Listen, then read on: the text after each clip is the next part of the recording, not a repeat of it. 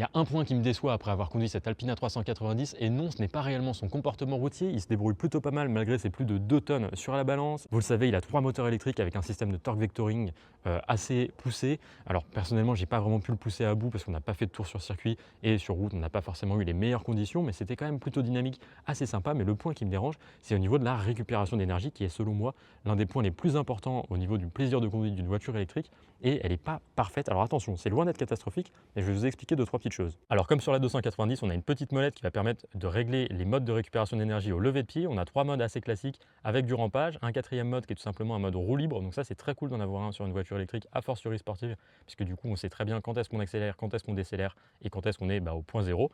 Donc ça, c'est franchement sympa. Mon seul petit regret, c'est qu'on ne peut pas couper le rampage, même si je sais que la plupart des clients n'y feront pas forcément attention, notamment ceux qui viennent d'un véhicule thermique.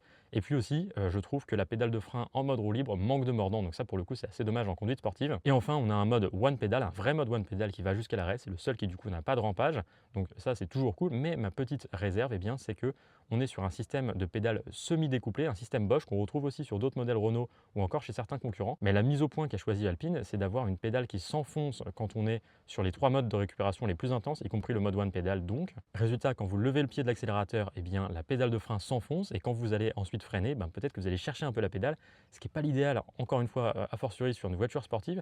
Donc là-dessus, je suis un petit peu déçu. Et la réponse d'Alpine, c'est de dire que eh bien, c'était le seul moyen pour eux d'avoir un bon ressenti de pédale de frein, d'avoir un ressenti constant, quelles que soient les conditions et le mode de récupération choisi. Sauf que je ne suis pas tout à fait d'accord dans la mesure où certains concurrents parviennent à avoir une pédale qui ne bouge pas d'un millimètre, typiquement chez Tesla, et qui pourtant offre un meilleur ressenti de freinage, puisque là encore, c'est bien mieux qu'auparavant dans le groupe Renault, mais c'est toujours pas parfait.